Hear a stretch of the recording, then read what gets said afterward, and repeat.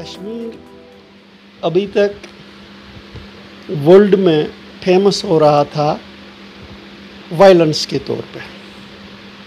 अगर ऐसी important function Kashmir के अंदर होती है तो ये जम्मू कश्मीर के लोगों के लिए भी एक अच्छी बात होगी और ये मैसेज वर्ल्ड ओवर जाएगी कि जो कश्मीर वायलेंस के लिए जाना जाता था अब वहाँ पीस आया है, वहाँ शांति है और ये हमारी इकनॉमी की बढ़ोतरी में एक अहम रोल अदा कर सकता है।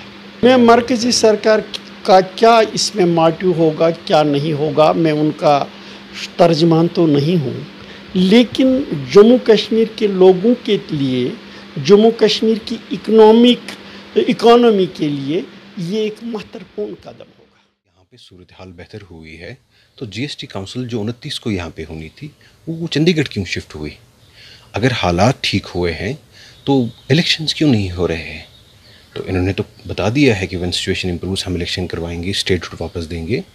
तो इससे तो आया होता है कि ये झूठ है सारा। अब जीएसटी काउंसिल जो एक मुल्क की मीटिंग थी, सारी स्टेट्स की, रियासतों की मीटिंग थी, वो उन्होंने चंडीगढ़ शिफ्ट की। बोला जी यहाँ पे सिक्योरिटी कंसर्न्स है। और आज तो इन्होंने एक मिलिट्री एक्सरसाइज बना दिया एक यात्रा को भी।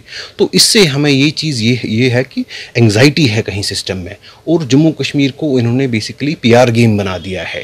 बिकॉज सिक्योरिटी कंसर्न्स हम देखते हैं कि आए दिन यहाँ पे किलिंग्स हो रही हैं, आए दिन एनकाउंटर्स हो रहे हैं, एलिगेशंस ऑफ फेक किलिंग्स हो रही हैं और सिक्योरिटी सिचुएशन डिस्टेबलाइज है। राइज इन लोकल मिलिटेंट्स जो ये खुद तस्लीम कर रहे हैं आज कि डेड बॉडी देने के बावजूद भी आज लोकल मिलिटेंट्स जो है वो रागिब हो रहे हैं मिलिटेंसी की तरफ। तो इस सूरत हाल को मद्देनज़र रख के ये तो सिर्फ पीआर एक्सरसाइज लग रही है कि अगर ऐसा कुछ हो